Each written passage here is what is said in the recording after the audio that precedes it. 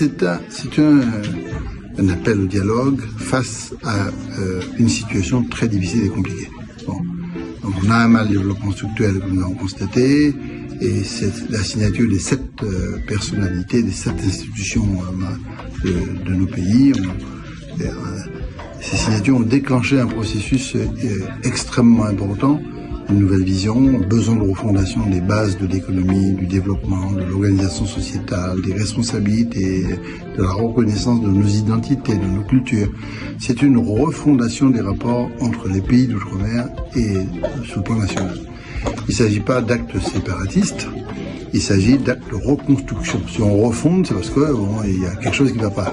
Il y a beaucoup de choses qui avancent, mais il y a d'autres choses qui ne vont pas. La réponse du président de la République le 7 septembre a été très importante pour nous. Elle a été très importante dans le sens où ça a ouvert des perspectives. Donc, à la fois, cette réunion interministérielle de juin de cette année qui va conclure sur plusieurs dizaines de propositions venant de tous ces pays, sur le plan social, sur le plan économique, sur le plan fiscal, sur le plan du développement, sur le plan de la langue, sur le plan de la coopération, de la diplomatie régionale, mais ça ouvre aussi des perspectives qui sont très importantes sur la question de la différenciation. Hugues Bello emploie une phrase qui me semble très intéressante, c'est l'unité dans la diversité. Bon. Et on peut atteindre cet objectif. La France n'est pas tout à fait prête pour avoir l'unité dans la diversité. C'est une histoire. Mais cette unité dans la diversité, c'est le respect de nos différences et de nos particularités, et tout en étant au sein d'une république.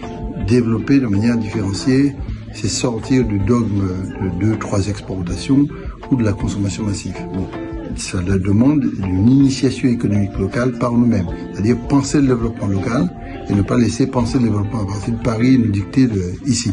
Donc c'est à mon avis une petite révolution, mais c'est une révolution progressiste et d'émancipation, de construction nouvelle, de modernisation de la pensée, de modernisation des actes qui configurent le développement local, etc.